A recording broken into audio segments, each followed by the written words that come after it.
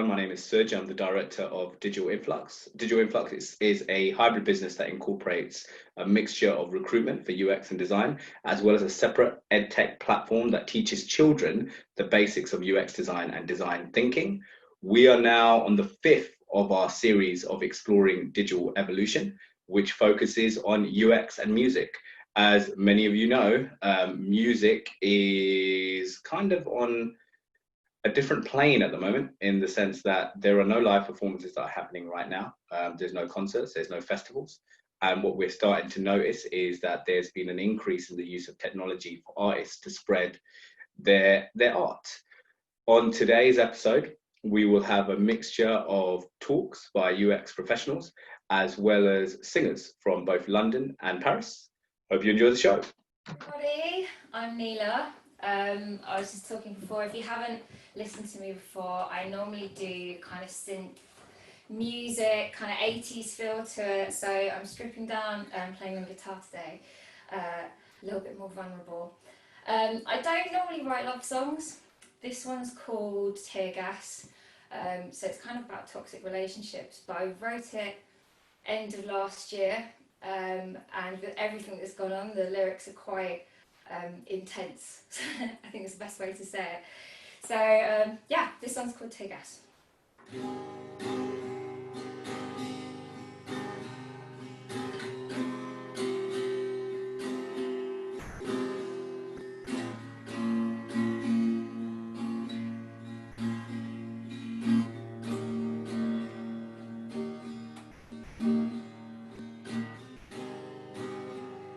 I've been killing time for so long. This could be my swan song. I don't know where I was going to. I just know where it all went wrong.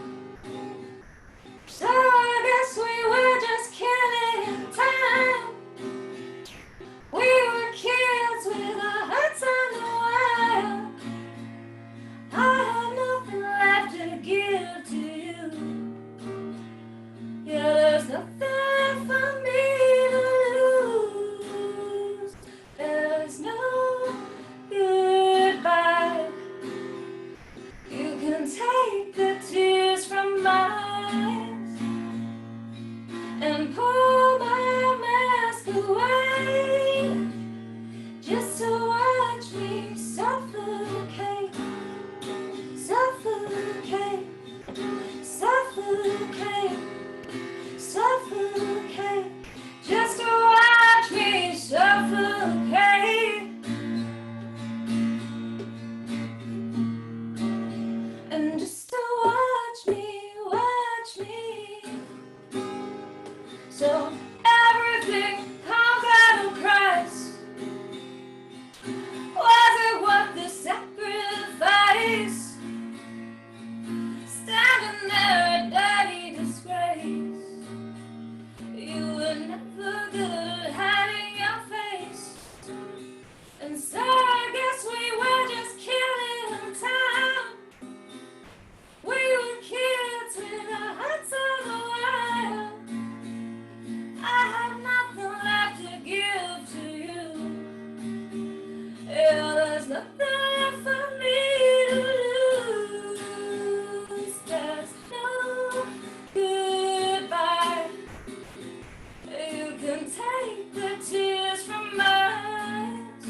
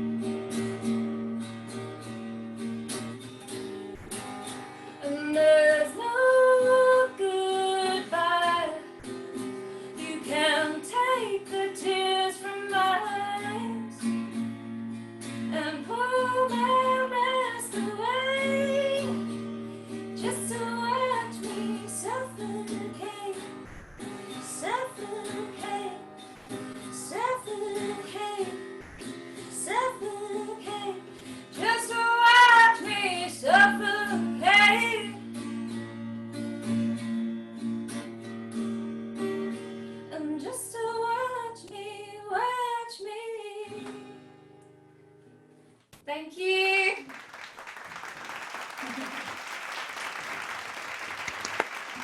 Bravo, bravo, bravo. Bravo. Thank you. That was dope, Neela. Yeah, hi guys. My name is Laith Wallace, and I'm a product design manager at Dplay, which is one of the key products that is being pushed by Discovery at the moment. Discovery Channel, for those that may know it traditionally in that way. So we're doing a lot of innovation around helping them to transition from being a kind of traditional OTT, which is like, you know, your television-based service, into the more digital landscape. The best way to help everyone understand this compared to a Netflix type of service is what they're trying to build at the moment. So I'm working on design systems, which is designers, product designers, UX designers, and researchers at the moment. And we're scaling up very quickly as the business is really happy and excited around what we're doing. And financially, it's been very good for them. So it's all positive going forward. You know what I mean? So I really want to hit with the first question, like, you know, what does the future hold for live events? Well, I think it was a year ago that I went to see Common live in Shepherd's Bush. And Common's one of my favorite hip hop artists, but it was in seeing Common live and reflecting back on this question that made me think, wow, the reason why I went was a friend of mine didn't really have anyone to go with, but he had a spare ticket. And as a result of me being with that friend, I was like, come on, man, why did you never think to invite me? So he invited me, we went, and I'll be honest, it was one of the best live performances because as Common's, for those of you that know the artist Common, his catalog spans easily across 20 plus, about 20 to 25 years, maybe more. And as a result, he's told the story of his whole catalog by telling his life story. So as he began to tell his life story, he would perform songs that would communicate a different aspect of his life and where he was at different aspects of his life and how his music transitioned, and which also reflected his life. So where I think the future holds for live events is that, especially because we're going to move online, I think the artists that can become very good storytellers can really draw and build a really great audience, number one. But I also feel that creating more immersive experiences, I know some of us touched on it earlier, like with augmented reality, touching on things maybe with virtual reality as well. And even things like, how do we make a space become something that physically transitions, where it could be an empty space, but using lighting, using projectors, or using our mobile phones to create different types of augmented realities while we're listening and interacting with music, is where I think music can go. And I also believe that a lot of smaller venues, smaller, live performances will be the way that, you know, things will transition going forward. And I feel like the intimacy around the artists is the next phase. Because when you look at, and I don't hate to get too economical, but if you look at how industry has changed over the years from being agricultural, where everything was all around like us being able to feed and farm, being industrial age, then we moved into the technological age, then the information age with the boom and rise of the internet. And as information is everywhere and all over the place, I think the next phase for us is, as humanity, as people, is moving into this age of partnerships, where we're all coming together more than we ever have before to create new ideas and new experiences. Like, look at this, UX and music coming together to put together an event that, I'll be honest, I've never seen anybody else do this before. Even if it is done, I haven't seen it. So yeah, big up Suj for this, because this is like quite revolutionary when you think about it. And coming out of COVID, this could scale very, very easily, translate into new languages and new territories. But the key thing I want to emphasize is the fact that two individuals, two different communities are partnering up to create smaller, intimate communities around some key topics that they love. And a partnership, man, communities together can build very, very strong networks and so on and so forth. The next thing I wanted to touch on was like, where do I feel the future of music will be affected in regards to changes in UX. And recently I worked with a company called Drop TV, and what Drop TV do, they do what is called shoppable commerce. It's about where culture meets commerce.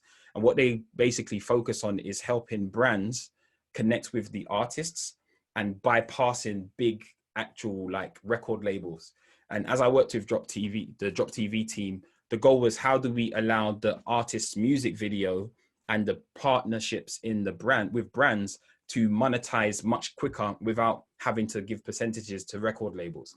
So the idea was that they created a platform, and on that platform, artists could monetize some of the clothing that they're wearing, and their actual, fans could watch a video, click on a button and buy that pair of trainers, or buy that top, or buy that necklace, buy those sunglasses that their favorite artist might wear. So what that allowed for the artist is the artist could create a stream of income, an additional stream of income, even though they're creating a music video that is to help them create streams of income through live events and so on and so forth. And I feel like the big record labels, as many of you know, is becoming like few and far between. They're very good for distribution purposes if you partner with them really well. But for the artists that can run a business and can keep quite independent, there's going to become more innovation around how e-commerce can fit in and how UX can help to provide better platforms for that as well. So I really want to touch on next is about like the future of music and technology, and why I feel like one of the key things I'm beginning to see a lot more is, some years ago I worked with a company called Amper, AMPER, and what Amper do is they basically allow video creators to compose original music using artificial intelligence. So what that simply means is that let's say as an artist, you're working with your editor, your video editor, or you're trying to create a video outside of just using your core music. Basically an editor could then go and create original music without having to license that music, without having to download it from somebody else. They could create it just on their own without even needing a music producer. So what we're seeing is that new sounds are being created. New people who didn't have skills in music production can now enter into this space and start to create new forms of sounds. Now, where we learn this from is, if anybody knows about the MPC changed the game for music, because it also, the technology helped to push music forward, but the sounds that was created off of the back of the MPC created some of the most iconic music. If you know the album 808 and Heartbreak by Kanye West, that album is about 80% done on the MPC. So I think going forward, you're going to have more and more albums being created through artificial intelligence. And those that know how to leverage that technology will be actually some of the most valuable people going forward. So I just wanted to close off with this quote by a broadcaster and writer, and is also a solo artist. And he basically said, like, we tend to think of technological advantages as destroying what's gone before, but that doesn't usually happen. And what he says is that this could lead to a different way of making music going forward. And I feel like as we emerge out of COVID, out of lockdown, hopefully, reevaluating what's important in our life, family, relationships, vitality, those are the kind of things I'm talking about. I believe also in regards to our professional lives, it will allow us to now think, how can I do what I did before, but in a whole new, different way? And I just wanted to leave you with that this afternoon. So I'm a Cameroonese artist. I live in Paris. My songs are about love, immigration, and my childhood, actually. And the one I'm going to sing is a love song called Sweet is Eternity in English, but in French it's Tout c'est l'éternité. And it's the first time I wrote a song that was positive about love, like love is possible, you can be happy in a couple, and that's what it's about.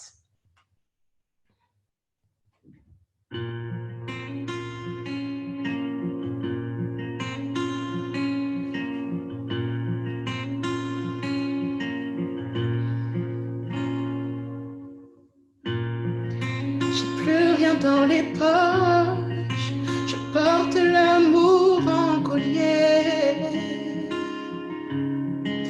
Poser le genou à ses pieds. Je veux vivre la vie en vrai.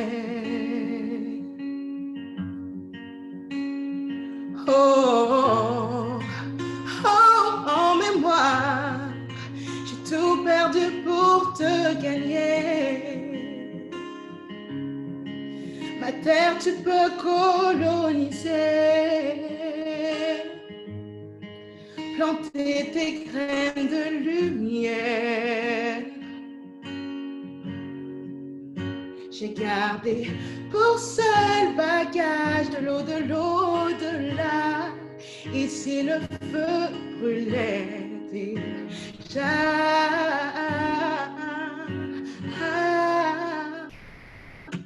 un son bras jusqu'à l'hôtel dont tu t'es près d'être celle, sans le voiler sur tes lèvres, douce et l'éternité, douce et l'éternité, à son bras jusqu'à l'autel dont tu t'es près d'être celle, sans le voiler sur tes lèvres, douce et l'éternité, douce et l'éternité. Mon beau, mon psychotrope, pendant des heures on a roulé, traversé des airs enchantés. Dans le noir on a rêvé. Oh, oh, oh, oh, oh, oh, oh, mémoire de ta bouche coule tous mes sommeils, se raconter tous nos sommeils et vivre la vie en vrai. J'ai gardé pour seul bagage de l'au-delà. Et si le feu brûlait déjà,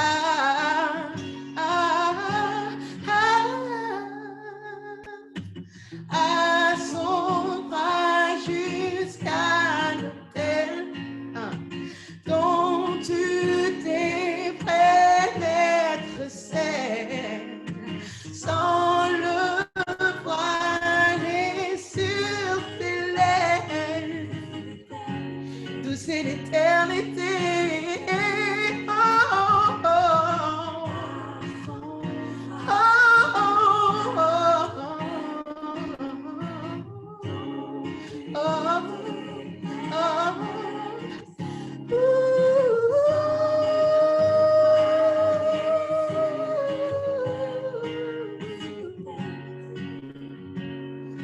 douce et l'éternité. Oh,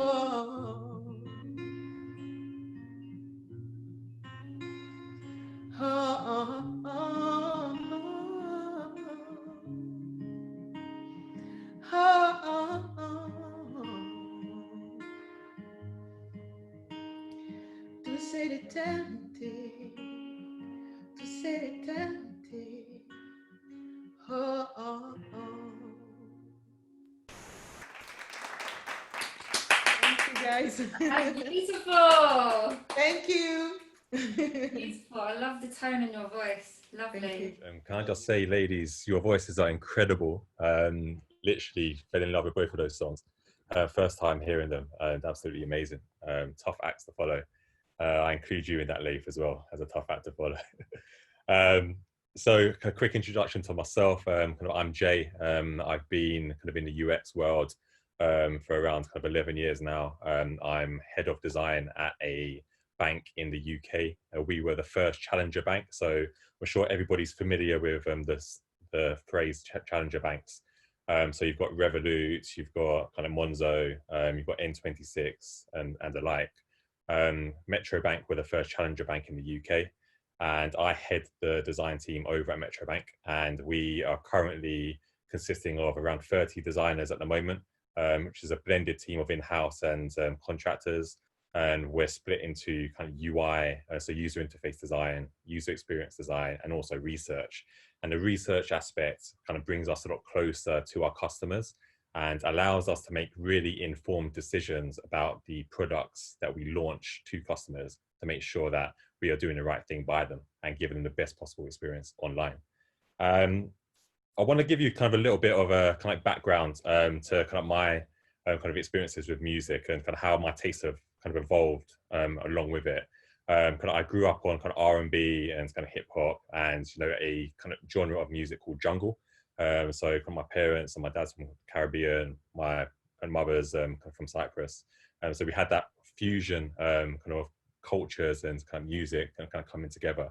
That led me into exploring my own kind of attitudes to music, and really getting involved with kind of hip hop, so Notorious B.I.G. and kind of Tupac and Nas, Bounty Killer, Jay-Z, Wu-Tang Clan, all of that stuff. And then in the UK, that evolved into kind of grime, and we developed our own kind of genre and style of music, which then went into kind of drum and bass and went into kind of drill music. And today, I like to mix all of that stuff together and explore different avenues of music. And such as today, this is, designers in Paris. I listen to kind of French music, I listen to Spanish music. But platforms like this allow you to kind of explore different genres and kind of bring communities together. And that kind of brings me on to kind of the next kind of question is, kind of how do we kind of see the future of music being affected kind of by UX? And like for me, I think it's about intimate kind of experiences. And I think that technology will play a huge role in that, because it will bring more people to the concert experience.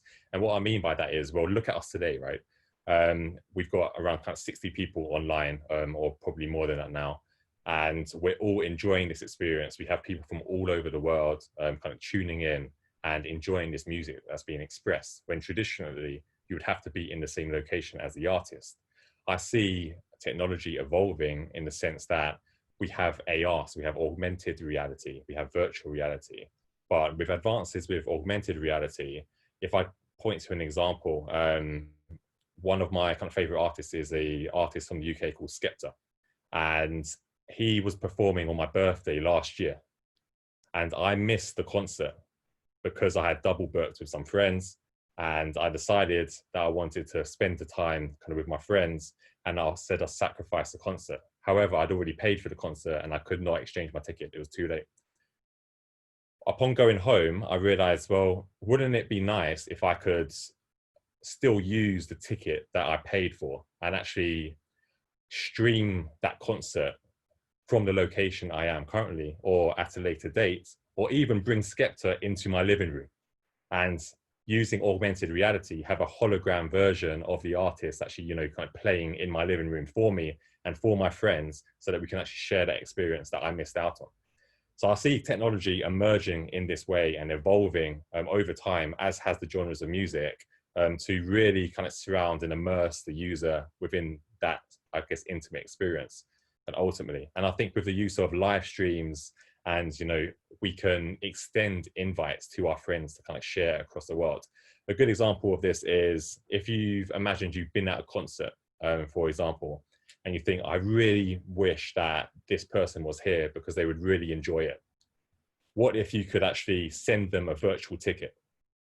And through that virtual ticket, they can log in and stream directly into that concert and see exactly what you see without you having to hold your phone up and show them, and then hinder your experience of the event as well. So you can actually bring more people to the event and also widen the reach of artists. Additionally to that, I think, with kind of technology kind of playing a key role, I think that not only will we better be able to serve the customer, but also the artists themselves. And I believe that we'll be able to give artists more streams of kind of revenue, and also connect them better with the user. So for example, there's 3 artists today kind of on this live stream who some of us may not have heard of before. What happens after? What happens before this concert, right? I think with technology, we'd be able to send push notifications to people's devices with information about the artist. So if I want to find out more about Neela, I can literally put my phone up against the screen and it will actually pull up all of her information, where I can actually find her music, where I can find her videos, what her latest videos were, where her upcoming performances are going to be, for example. And instantly I've got that connection kind of with the artist straight away. This is what's missing at the moment. And I think with the whole kind of coronavirus pandemic, we are in this new virtual world, and we need to try and, kind of connect the dots between kind of virtual and physical, and see how we can actually immerse ourselves within this experience even further. I think kind of ultimately to kind of wrap up kind of for myself, I think technology will help us to create more meaningful experiences, especially kind of around music. I, for one, prefer more intimate experiences like this one. And although there are many people on this live stream, I feel as though the artist is actually singing directly to me. And I think if we utilize technology, utilize virtual reality, augmented reality, and also, holograms, etc., and bring that experience live into your living room, into your own personal environment, that will kind of bring the experience closer to you, but allow you to share it with your intimate and closest relatives as well, and friends and family. So I think that combination of kind of music and technology, that fusion, is only going to get better over time. And I think, the situation that we find ourselves in is going to push and force innovation through. And we're going to see ourselves engaging with artists and artists engaging with audiences in completely new ways in the next 2 years. So we are French. We are the band Billet d'Humeur, and so in this band you have Alan, Brice. They are twins brother. You have GB, the DJ, and you have me, Davey, chorus.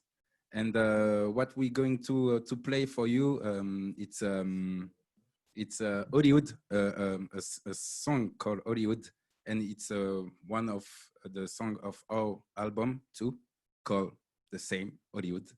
And yes, it's a kind of Eldorado, yes. And we just let you enjoy it now. Yes, let's go.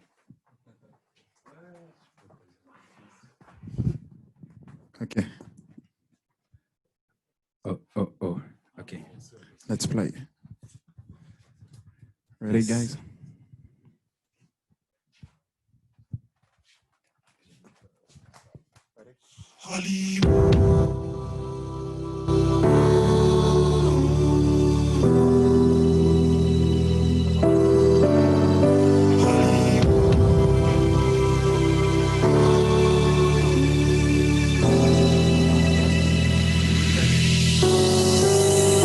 Nos humeurs et nos manières d'agir n'ont jamais plus, je ne vous laisserai dire.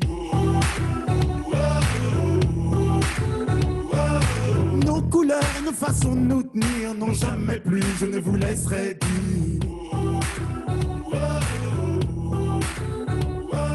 Vos idées, vos traînées, tous vos torts n'entacheront plus jamais le beau décor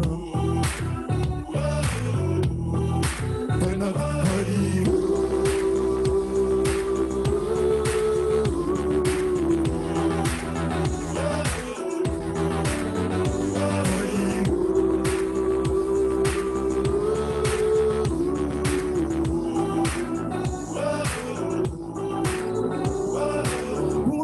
Et surtout pour le pire, non jamais plus, je ne vous laisserai dire. Vos attaques concernant notre avenir, non jamais plus, je ne vous laisserai dire. Par vos mensonges, n'y croyez plus à tort, mais désormais, sachez, j'en rêve encore.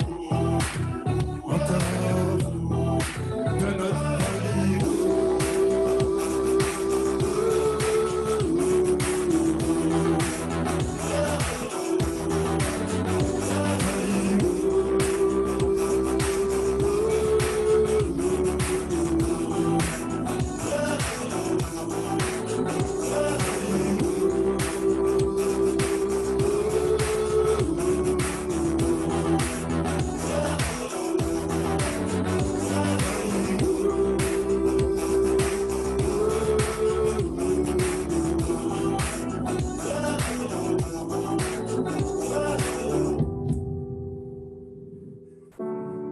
This song is Hollywood, and we talk about dreams, not this Hollywood, but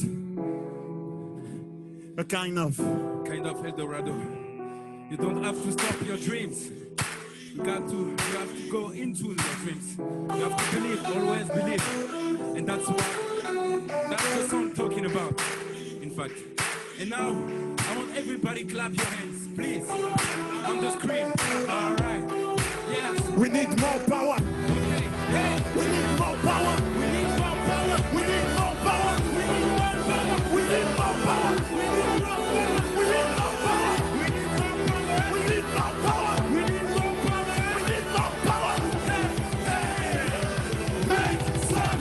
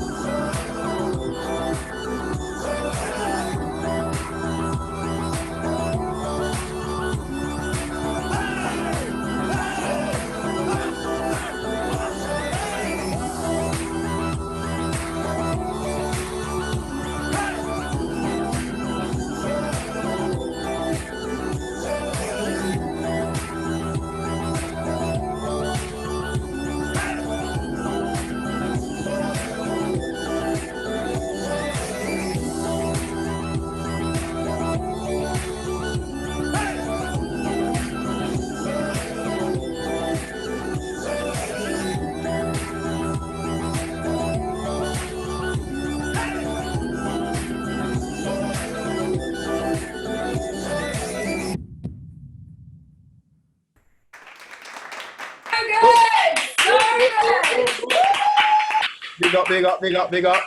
That was banging. Thanks. Hey, you man, that was sick still. That was was amazing. so good. Crazy, that was amazing. Hey, you man, Energy, I love the feel energy.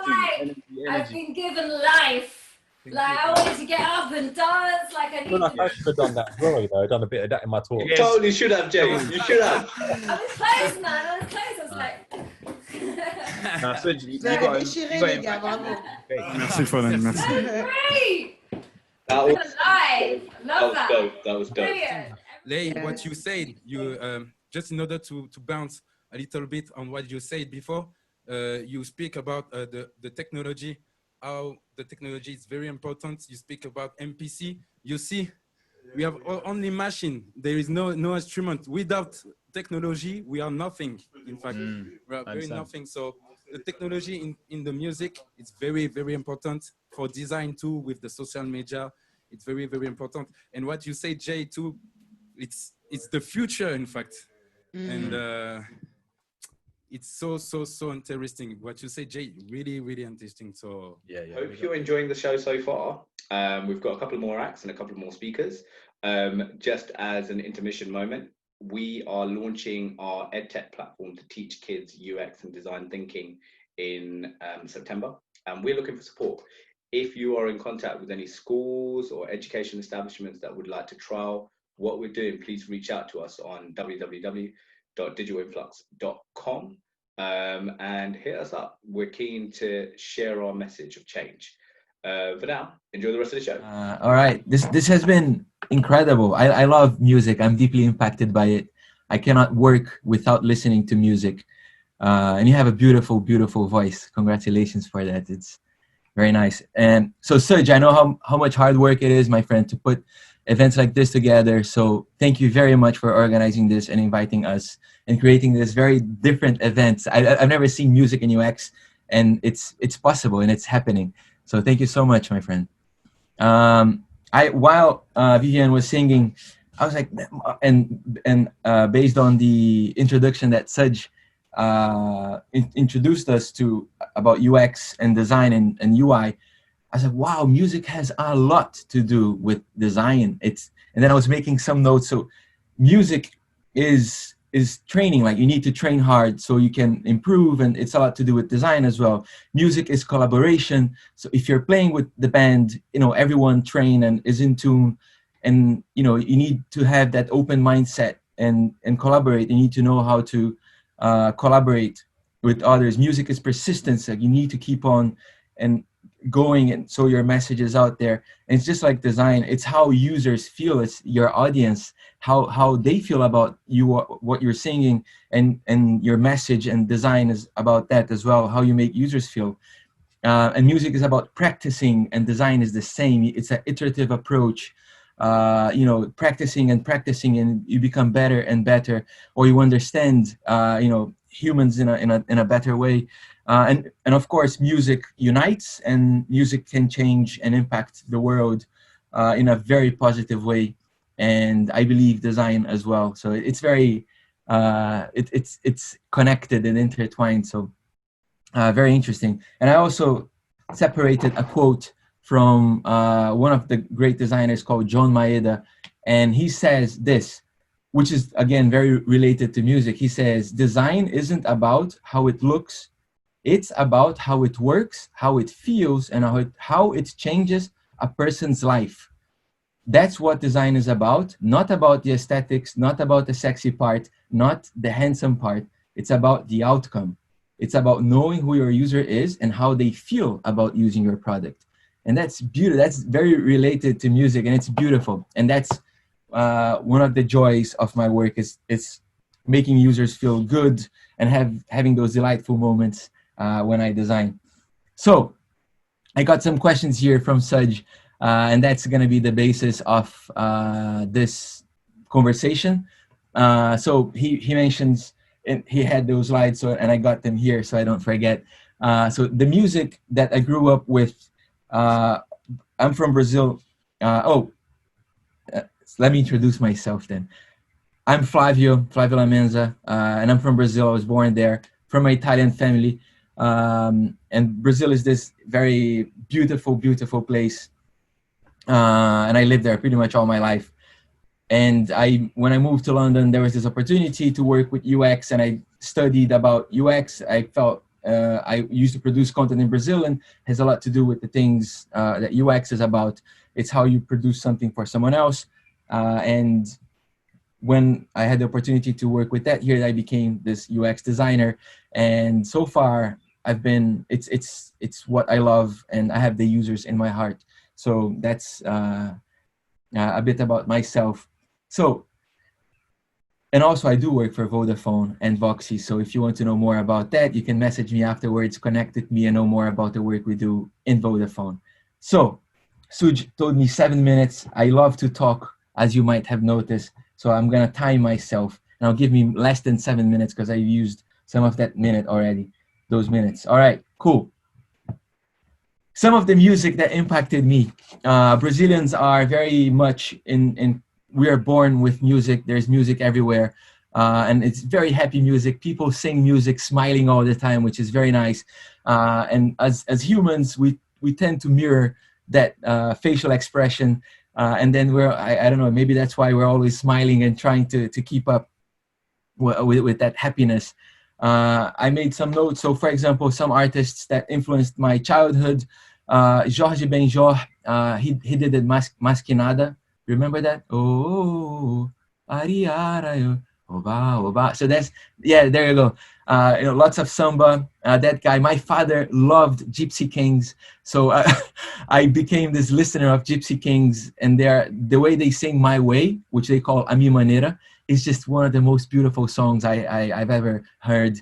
So for some reason, I discovered Daft Punk, and I love those guys. And then as I was growing older, Blink-182, Ja Rule, and like lots of different stuff. Now I listen, like I said, I love work and listen to music at the same time. So I'm in love with the voice of Florence and the Machine. It's just incredible how much she can sing. FKJ, I don't know if you all know about him. He's a French he plays everything pretty much. It's called French Kiwi Juice, FKJ. I highly recommend you to look for his sets on YouTube. It's this incredible Frenchman doing incredible song. Liane La Havas as well. Her voice is just absolutely incredible. Criolo, which is this incredible Brazilian artist, and lots of other Brazilian music. And the last performance I think I attended, I think I have this something in my back that I can't stand up for a long period of time, and my back complains, or maybe I'm getting old. So whenever I go to live events, this happens. So I much prefer to have my good headsets and just listen to beautiful voices that in that close relationship. So I don't tend to go much to concerts, but I do love them. So I went to Rock in Rio. which is this massive event in Brazil. And every event in Brazil, since we're so big and so many Brazilians everywhere, we do have like hundreds of thousands of people every time, or millions sometimes. And about live events, the top 5 YouTube live events recently, from the top 5, 4 were from Brazilian artists. So that's how much we are impacted by music. And I guess since when you are a country with 200 million people, it's easy to have those numbers. And then how the future of music will be affected by changes in UX. Like Serge said before, it's all about the experience. When we made the transition from those flip phones to the iPhone, it's not because the iPhone had more features or more things to do. It even had less, actually. It didn't record videos. I don't know if you remember the first iPhone. It's about the experience. It's how easy it is for you to do something, and the things that you can get from that experience, the value that you add to the customer, the value that you add to the user, the value that you add to your audience. The future of music will always be affected by the experience because it's part of what it is. You have nowadays, for example, the Neura headphones. It's this different way of listening to music, or the AmpMe app. I was talking to Serge about it, even though we are in social isolation mode, but someone created, if you don't have, let's say, speakers, you can connect all the phones from your friends and they all play the same song at the same time. So someone created this in the United States. So, you know, it's a way of listening to music using the power of your phones. And I was thinking, like, what makes Netflix different, and what makes, I guess, us love Netflix so much is the original content and how they produce things that we do love. So I guess in the future, we'll see like Spotify creating originals as well. They do with podcasts already, but they might have that, you know, sponsor. I wish they could sponsor artists to be in their platform, just creating music and trying new stuff and doing collaborations and calling that originals. So people, you know, you only go to Spotify to listen, let's say, to Vivienne, Nella, or Annie. You know, that would be an incredible thing. Just like we do go to Netflix to watch certain series. What else? And then I wrote lots of stuff.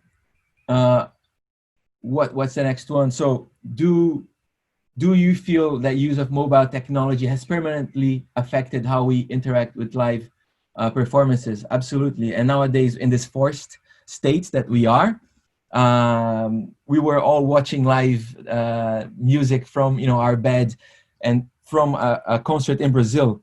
So, you know, at the moment where the whole world was watching the same thing as well. And you have, like Serge mentioned, Travis Scott and Marshmello did one live as well in Fortnite with like 10 million users, 10 million. We have 56 here, and it's already incredible to know that we are using the time of 56 people. Imagine of 10 million. It's how they're generous with their time. So yes, I do think that we will be impacted, you know, permanently by the use of how we interact with live performances. And I think that it's a way even for us to get even closer to the artist. So instead of just keeping our distance in an audience, we can be there. Let's say we can imagine a world. You have Apple trying to release glasses, I've heard. So imagine the capabilities of that and what that can allow within the VR or AR world, with, you know, cameras being way more powerful than they were before. So, you know, things to think about. What else did I write? And then, so what do you feel is the future of music and technology? This very little question that Serge asked us. I'll try my best to answer. So what's the future of music and technology? Like I said, so think about Apple glasses. Whenever Apple releases a new product, people complain, but they end up loving it. With the AirPods, you know, iPhones, iPods, how they did the streaming with music. Now I've heard about the Apple glasses, so I'm sure they'll do very well with that. It's just how we interact with that. I've heard that Bose, the incredible speaker company, they have glasses now as well. And it's not only about speaker, it's how there's a relationship between the glass and your skull. So you kind of hear and feel the music at the same time. So it's this very different relationship with music. You have incredible live shows. There's this YouTube channel called Circle, with Circle, Cercle, and they do lives from all over the world. I saw one in Salar de Uyuni, which is a salt desert in Bolivia or Peru, and this incredible place is in the middle of absolute nowhere. This guy did a live show, and it's FKJ, by the way, but it's absolutely incredible and very, very impactful. And they're doing live streams from like the top of the mountains. They're doing live streams from the middle of the ocean. I'm not exaggerating. That's what they're doing. And it's just like, wow. So I can watch this incredible experience at my room, and I'm impacted positively by that. Like I said, streaming for sure. I'm 100% sure that streaming will be the future of music and technology, with like original content and just like that relationship, and something that I truly believe, and I want this to happen more, even in the educational area. You have kids, so many talented kids. I have 2 boys, and you see like how they are with arts and creative things, and how we unlearn that as we grow. And so I think the future could have some kind of co-creation platform where we could, I don't know, with some way, which I still don't know. If I knew, I'd be doing it. We could co-create or help kids, have better instruments, or just access to some instruments, and just try and learn and do new things, and learn how to sing, what you need to do. Like Vivian was doing, like some kind of exercises you can do to improve your voice or get that confidence you need. You have, for example, Melodics, which is an incredible app as well to learn how to play music, and so many other, which, if you enable more people to be more creative and create more content, it gets better and better. There, you learn so much by doing that.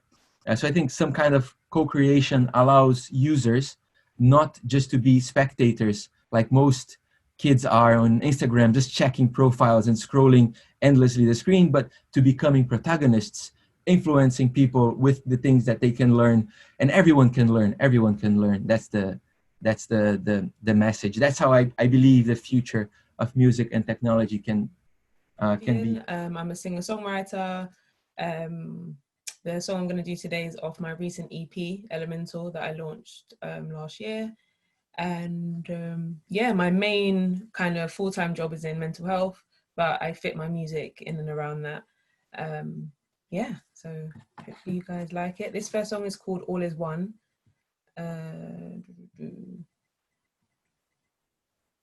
Yeah.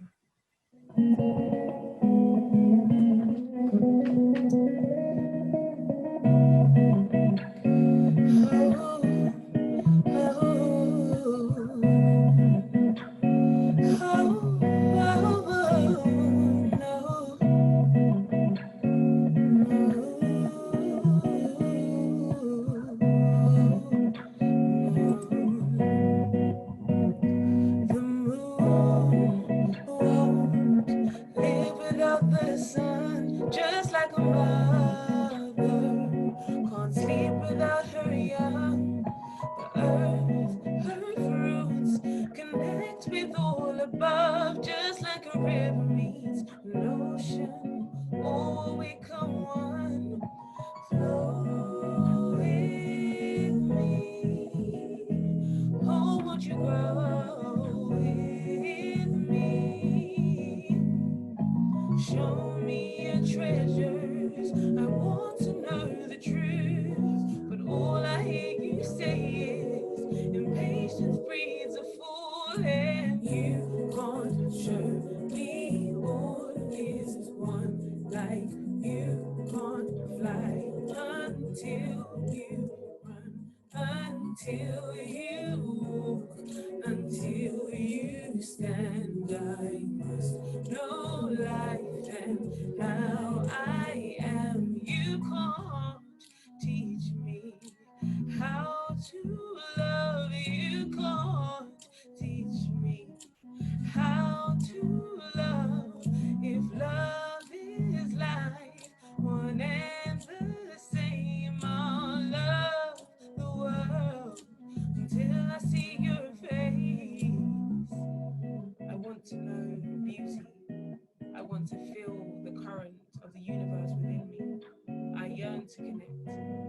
architect creatively architect the reality. Dance in the aura that floods this river. Dance in the sonnet of energy that surrounds me. I want to be submerged in everything and everything and everything.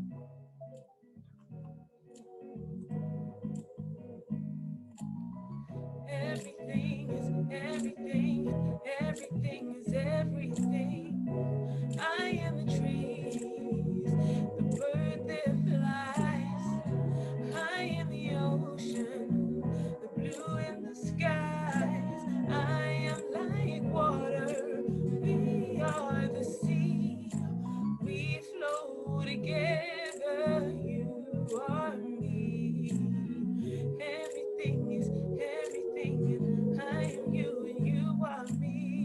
Everything is everything, and I am you and you are me. Everything is everything, is everything is everything, everything is everything. And I must know life and why I am. You can't teach me how to love. You can't teach me how to love. If love is life, one and the same, I'll love the world and why I am. So since we went into lockdown, I've been doing a few speaking engagements. And I think one of the things that I found the hardest is to not be able to see the audience. And when you say a joke, you don't get a reaction. So you don't know whether it landed like a lead balloon or it's just the technology. So I imagine that could be that would be similarly confronting for musicians when you can't really see your audience and cannot get like real feedback. So I'm Camila Diaz and I'm originally from Colombia. So Flavio and I are neighbors. And I currently head the product design and research teams at Moonpig. And when I first joined and I asked people, did they know what Moonpig was? I heard a sang response of our jingle. So in terms of music, what I think about music, how it exists, how it combines next to us is music has been around ever since there have been humans. It's an inherent part of who we are, regardless of where you come from, what culture, what socioeconomic background. Music defines us. And growing up in Colombia, I was a teen in the 90s. And of course, I grew up listening to punk and listening to grunge, as you would expect out of a kid in the 90s. But the first album ever I bought, which I bought when I was 10, was Seventh Son of a Seventh Son by Iron Maiden. And I bought this in a cassette, which would give you an idea of how old I am. And when I grew up, music really defined you, really grew up who you were, what you dressed, and the people you hung out with. And well, when I was listening to punk, of course, we were not allowed to hang out with other people. We were not allowed to hang out, be seen with rappers or metalheads or anybody else who was outside of our circle. I think some of those things have changed now, and the impression I get is that it's all so much more fluid now. I was trying to recall the last performance I saw. I believe it was Check, Check, Check. But definitely, I can remember the most memorable performance I've seen in my life. This is my favorite concert ever. That was about 5 years ago. I got to see Motley Crue in their farewell tour. I got to see Tommy Lee drumming upside down, suspended over a crowd of thousands of people, and I started crying. And this is one of 2 times I've cried of happiness in my life. When I was in my teens, I used to love Motley Crue, and I never thought I'd live to see Tommy Lee suspended on his inverted drum kit. And of course, that concert was everything you would expect out of a Motley Crue's concert. There was pyrotechnics, there were dancers. It was absolutely big. Not the kind of show you could have now, or I imagine you could not have now in social isolation. I was asked as well what I currently listen to. So since we went into lockdown, I have been listening to lots of live streams that are coming out of the Berlin techno club scene. When I heard that Germany and Berlin had gone into total shutdown, the first thing I thought was the Berlin techno club scene is done. But instead what I've seen is, yeah, they have found ways to keep on expressing themselves, to keep on sharing their music. So you would see, and I recommend, there is a collective called United We Stream. There's lots of good stuff coming out of there. In terms of how things would be impacted, I decided to look at it, to try and understand it at 3 different levels. There is an impact on live music, then there is an impact on music consumption, and there is a level of impact on music production. So when it comes to the impact of live music, I wanted to be the futurist and not try to think too much about the technology we have right now and the things that we are already seeing. I think to understand something like this, or to try and anticipate anything in a world where right now we're not able to anticipate what will happen next week, let alone what will happen next year. I think we can look at the past to understand what the future could look like. So if you think, for example, on big musicians like Bach, Beethoven, how did they survive? There was patronage. There were incredibly wealthy people and wealthy royals, and they were patrons of the arts. So these people would hold very private, very intimate and exclusive concerts. And of course, this was something that was already happening at a smaller scale. So you will hear, I don't know, Red Hot Chili Peppers or U2 or David Bowie playing birthday parties in oil-rich countries for some sultan's son. It's not unlikely we'll see a bit more of that kind of thing. There could be a scenario where you are paying for access and curation on demand. So I like a step above what we see in Spotify now, just paying for access to curated exclusive content. So maybe just like there are TV series that are exclusive for Amazon or are exclusive for Netflix, there may be bands that are exclusive in certain music platforms. I think in terms of live gigs as well, we'll see smaller audiences and higher ticket prices for live events. I was checking just out of curiosity the website for Ticketmaster, and they had in their website a list of the regulations for the next open live gig that they're gonna have. They had bathrooms where they were limiting access to 10 people in the 10 people in the bathroom at a time. All the seating areas were gonna be disinfected with fog sprayers in between each break, and guests were gonna be asked to wear masks, and the temperatures were gonna be checked up on arrival, as well as if you came up in a group, you were gonna be kept isolated from other groups, and there were gonna be about 6 feet of distance between groups. Food and beverages were gonna be pre-packaged. So there is, the good news is there is a future for live gigs. There will be some form of live gigs, at least until we find a vaccine. They may take that shape, but yeah, they're not gone. If it's of any consolation.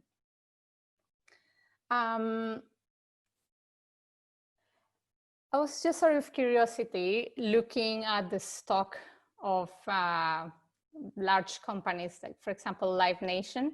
So their stock seems to have taken a massive dive in the last 3 months for obvious reasons.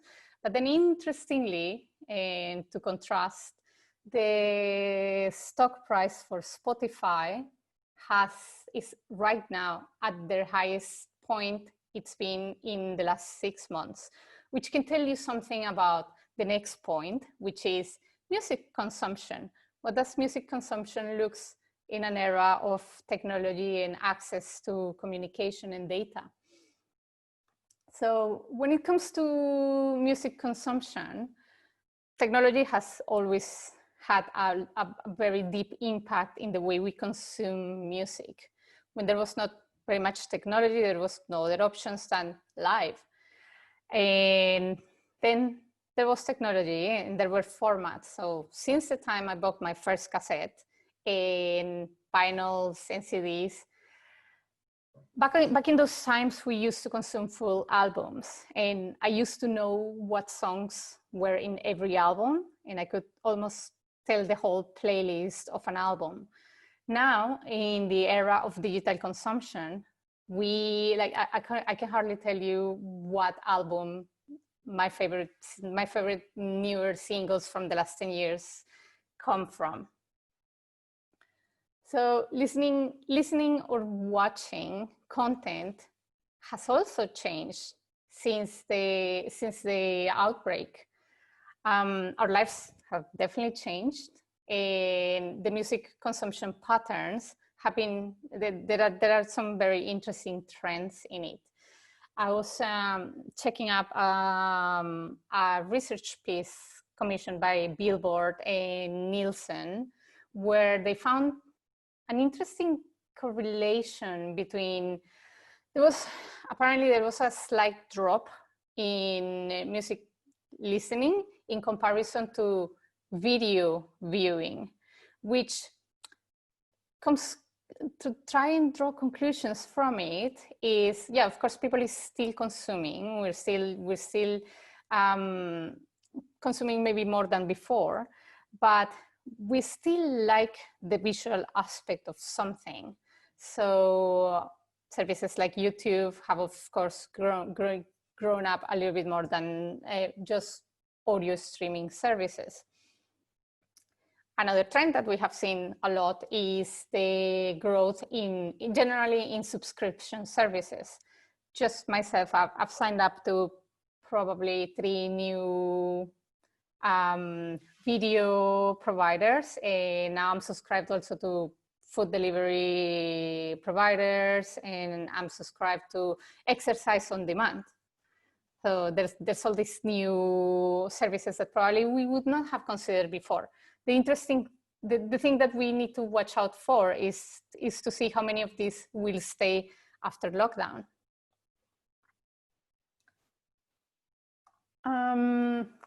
I had a point on, Sush was mentioning the live concert in, was it Minecraft or similar platform? Fortnite. Yeah, that was it. So I was saying that this is, as a concept, absolutely not new.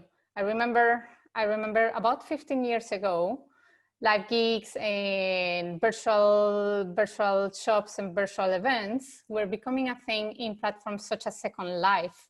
And there was another platform that I used to use a lot at the time called IMVU. And so after my conversation with Such earlier today, I had to go and look it up, and I found articles that were from 2008 about live bands performing in Second Life. I think what was a gimmick and what made it interesting at the time is there was a visual representation. The bands were played by 3D avatars. So it may be that now we start seeing a revival of something that at the time didn't really take off. And lastly, I think that the last level we need to look at is the impact of the outbreak and, of course, technology at the level of music production. So there was a time where it was quite hard to reach audiences unless you were sponsored by a massive record label. Those times have changed. We find now platforms such as, what's the name of it? Cloud? SoundCloud escapes me. SoundCloud, where basically anybody can produce, can create music from their bedroom. And now we have tools in even our mobile phones where we have full editing suites. Of course, they are not of the quality you would get at a studio, but I think that audiences nowadays are a lot more forgiving, and it's so much more about sharing and communication and access than it is about super high quality, pristine sound. So of course, trends are exaggerated at this point, but my forecast is that out of the outbreak, we will see far more bedroom producers and autonomous music producers, and of course, small networks of people collaborating, let's say, as opposed to big, fully fledged orchestras. And the other thing that we may see next year is all the big bands that decided to delay the release of their albums. I think we're gonna get hit with a lot of releases. And also, we may see lots of music coming out that is themed about isolation and anxiety. So expect lots of stuff coming out of Radiohead and The Cure.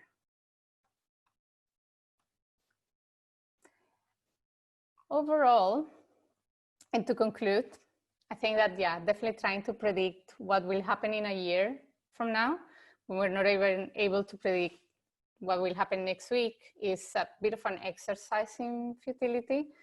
But all we know is that, of course, music consumption, production, and live music will be impacted forever. But we may actually discover some trends that may be for the best in terms of new technology and new trends. And just remember that historically, out of times of need, there's been some great music coming out.